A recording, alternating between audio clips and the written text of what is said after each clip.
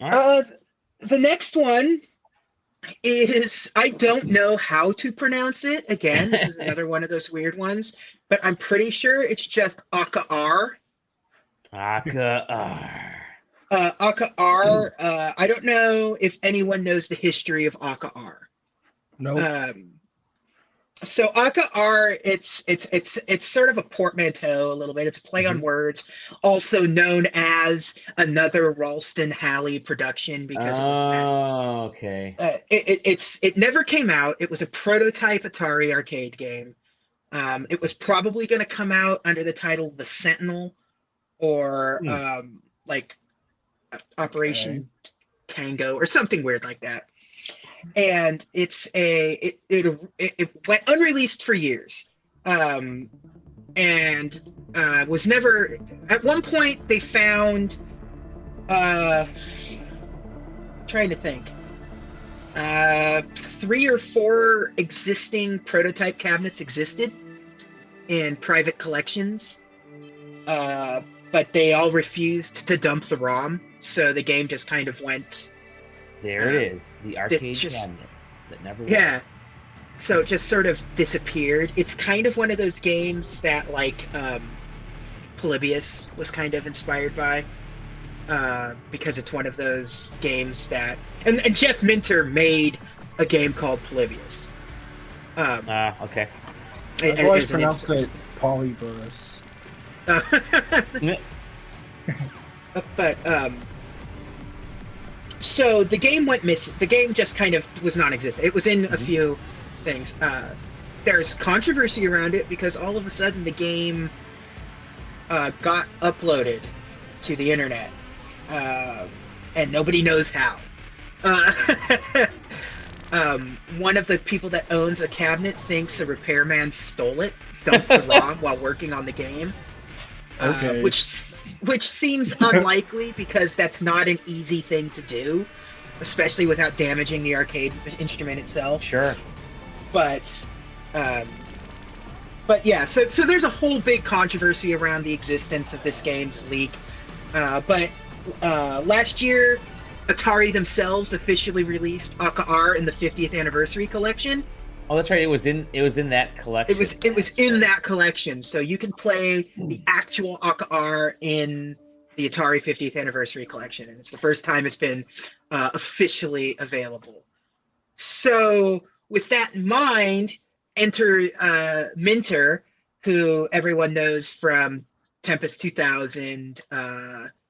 What was the Vita one? TKX? Yes. Because Yes. that Yes. was the one that was like removed from the Vita for like, they were like, this is too close to Tempest and you don't own it. Um, and some other Polybius and stuff. So this is a Jeff Minter as hell video game. And it plays relatively similar to Akka Arrh, just not exactly the same. So I need you to rewind just a little bit to when it first Sure. kind of shows gameplay. I'll get to right here. Uh, Yeah, I'll just start this sucker yeah, off. just I'll tell you when to pause, Alrighty. because it is impossible to describe how this game plays in any sort of. It's incredibly a favorite word of our show, esoteric, in how it Esoteric. plays. Um, How? but this is this is an insane arcade experience that okay, stop. So the gameplay, the shape that the middle, that sentinel in the middle, that's you. Okay. That is All the right. character you play as. You can only turn. You can't move around this space. You'll see you have a crosshair. You'll see it in the Hmm. middle of that red circle there. Yeah. The goal of this game is to defend your base that's underneath you. Eh? You can't see it now, but when you start getting attacked, it's a two-plane game. There's a second Hmm. plane underneath where you shrink down and can actually move around and fire like it's an asteroids game. Hmm. But you don't want to get to that part. You don't want to. It's like if you have to play that part of the game, you've screwed up, kind of thing. The goal is to uh, some. It's kind of like missile command. Uh, Enemies will come in from all sides. You can see it there too. and you are firing bombs. And when a bomb goes off, it will destroy an enemy. And when the enemy gets destroyed, it will make that enemy, it'll blow up, and it'll make the explosion will go out. And if another enemy gets in the range of that explosion, it'll blow up. And it's just like Missile Command. When you blow up a missile, it does. And so the ideal way to play this game is to fire as few bombs as possible. If you play really, really well, you can fire one bomb and it can just kind of chain react. And you see there, you drop down there. Yes, you drop down. Okay. Yeah. And this is the little crosshairs, right? That's the little crosshairs. Yes, those are your crosshairs. And so,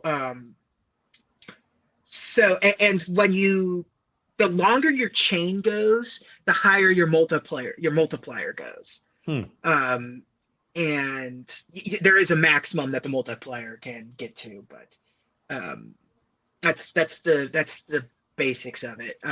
You can save your chain by holding down the fire button, which shoots bullets that can just destroy one, but you don't get the explosion effect. And you so that was that explosion effect, right? That we just saw there. Okay. Yes. There you go. And different stages have different explosion effects too. There's insanity in this. This is absolutely, the visual style is bonkers. The visual style is Jeff Minter as hell. Bad. It's not. I sat there and you just kind of get lost in it because it's like it's hypnotizing you with its aesthetic, which I think it probably is because it's Jeff Minter and that's kind of just what he does. It's all aesthetic for the most part. Like Tempest 2000 is still one of my favorite games. I love Tempest 2000. Tempest is one of my top classic arcade games of all time. Good, yeah. So those little crescents are your bullets, by the way. You have a limited amount of those that you gain. And you see the little blue guy that looks like a virus. That's one of the enemies that comes towards you. There are some enemies that can only be defeated with bullets, and when you shoot them, they'll explode, and it'll start the chain reaction again. But the goal of the game, it looks chaotic by watching it and sort of explaining it, but once you kind of get into it, it's actually pretty chill. Yeah. This trailer is really moving like it's supposed to be a techno hype trailer, thing, man. Yeah. Yeah, it doesn't really play that way. It's actually pretty chill when you're sitting there and actually playing it because again, the goal is to fire as few bombs as possible while creating the biggest chain you can. And it does have lots of accessibility modes. It's got different because it is so aggressive with some of its techno shit, you can sort of turn off the flashing effects and some of the lighting effects and stuff too to sort of. I love the visual style of this. It looks so cool. It's so cool. I didn't expect to like it as much as I did. When you first start playing it, it's nonsense. It's impossible to comprehend what they're asking you to do without going through a tutorial or reading it or something.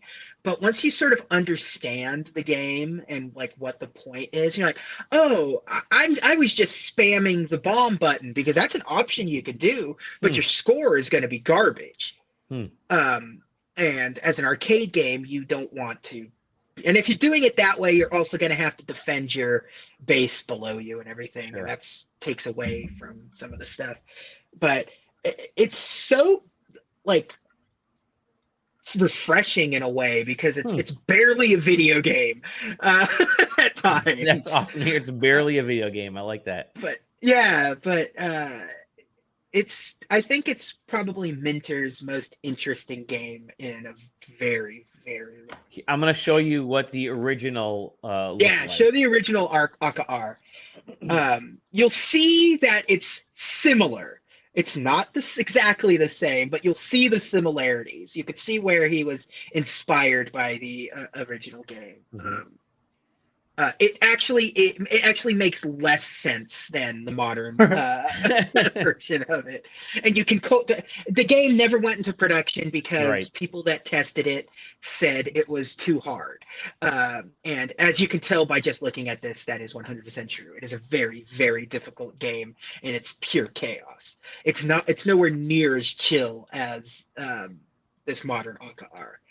So highly recommend this game. Honestly, Awesome. I think it's a really neat, unique arcade experience. It feels familiar while being so completely different from anything else I've sort of played. So yeah, love it. I love this game.